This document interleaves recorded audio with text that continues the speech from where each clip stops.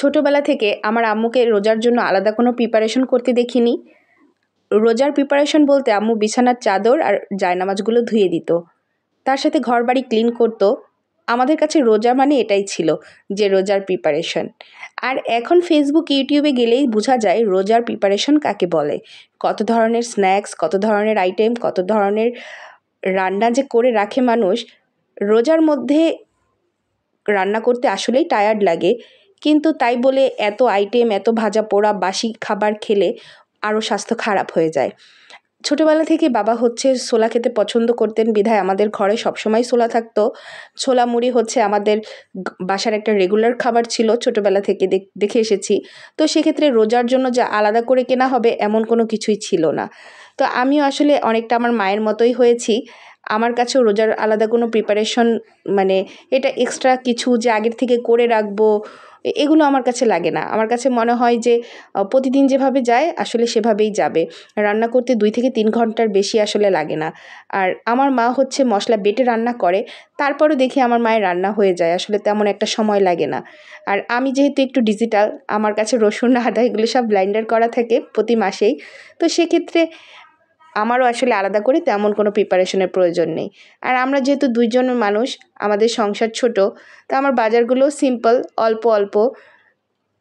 সবার মতো এত স্ন্যাক্স, এত কিছু বানানোর আমার হাতে একদমই সময় নেই। কারণ আমি যেহেতু কর্মজীবী নারী, আমার হাতে এতটা সময় থাকে না যে আমি এত সময় ধরে রান্না করব, এত কিছু বানিয়ে নিব। তবে আমার কাছে মনে হয় সিম্পলের মধ্যে হেলদি খাবারগুলো রাখার জন্য এত পরিশ্রম করতে হয় না। আর প্রতি মাসে যে আমার বাজারগুলো থাকে সেগুলোই করা হয়েছে। তো সবাই যেহেতু রমজানের আপডেট জানতে চেয়েছো তোমরা, অনেকেই আমাকে মেসেজে ইনবক্স করেছো যে আপু তোমার রোজার প্রস্তুতি দিও। সত্যি বলতে আপুরা যারা আমার ভিডিও দেখো, আমি তেমন করে কোনো কিছুই করে রাখিনি। এগুলো যেগুলো দেখতে পাচ্ছ সবই আমার প্রতি মাসের করা হয়, এগুলো প্রতি মাসেই আনা হয়। এই মাসে জাস্ট আমি তোমাদের সাথে শেয়ার করছি।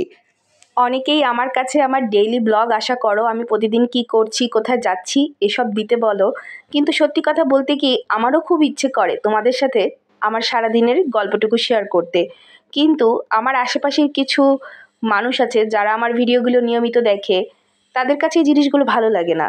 অ্যাকচুয়ালি বলা যায় তাদের জন্যই এই ভিডিওগুলো আপলোড দেওয়া হয় না। তবে আমি অবশ্য কোনো কালেই কোনো মানুষের কথা গায়ে লাগাইনি, এখনও লাগাই না। কিছু কিছু মানুষ আছে যারা আমার জীবন থেকে স্বেচ্ছায় চলে গিয়েছে, তারাই আবার রিটার্ন করতে চাচ্ছে, কিন্তু আমি চাই না।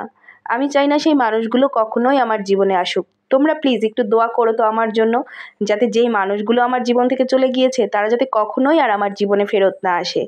আমার এই হাসি খুশি ছোট্ট সংসারে তাদের ছায়া যেন আর কখনোই না পড়ে। আল্লাহ আমাকে যখন যেভাবে যে অবস্থাতেই রাখবে আলহামদুলিল্লাহ, আমি সেই অবস্থাতেই খুশি। আল্লাহ আমাকে যখন যেভাবে যা রেখেছেন আমার জন্য তাতেই আমি আলহামদুলিল্লাহ। আমার কোনোই চাওয়া পাওয়া নেই, আমি সব অবস্থাতেই খুশি। তোমরা আমার জন্য একটু দোয়া করবে যাতে আমি ভালো থাকতে পারি, আমার মা বাবা 2টা পরি নিয়ে আমি ভালো থাকতে পারি। আর আমি চেষ্টা করব আমার প্রতিদিনের সব কিছু তোমাদের সাথে শেয়ার করতে। আর তোমরাও কিন্তু জানাবে তোমাদের রোজার প্রস্তুতি কেমন, কি কি করলে ভালো হবে। যেহেতু আমি এগুলো করে অভ্যাস নেই, তোমরা কিন্তু আমাকে জানাতে পারো, তোমরা আমাকে শেয়ার করতে পারো তোমাদের রোজার প্রস্তুতি। আর যদি তোমার আশেপাশে, তোমার এলাকায় নতুন কোনো কিছু থাকে অবশ্যই কমেন্টস করে জানাবে, আমি ঘুরে আসবো সেখান থেকে। ভিডিওটা ভালো লাগলে শেয়ার করবে। থ্যাংক ইউ তোমাদের ভিডিওটা পুরোটা দেখার জন্য।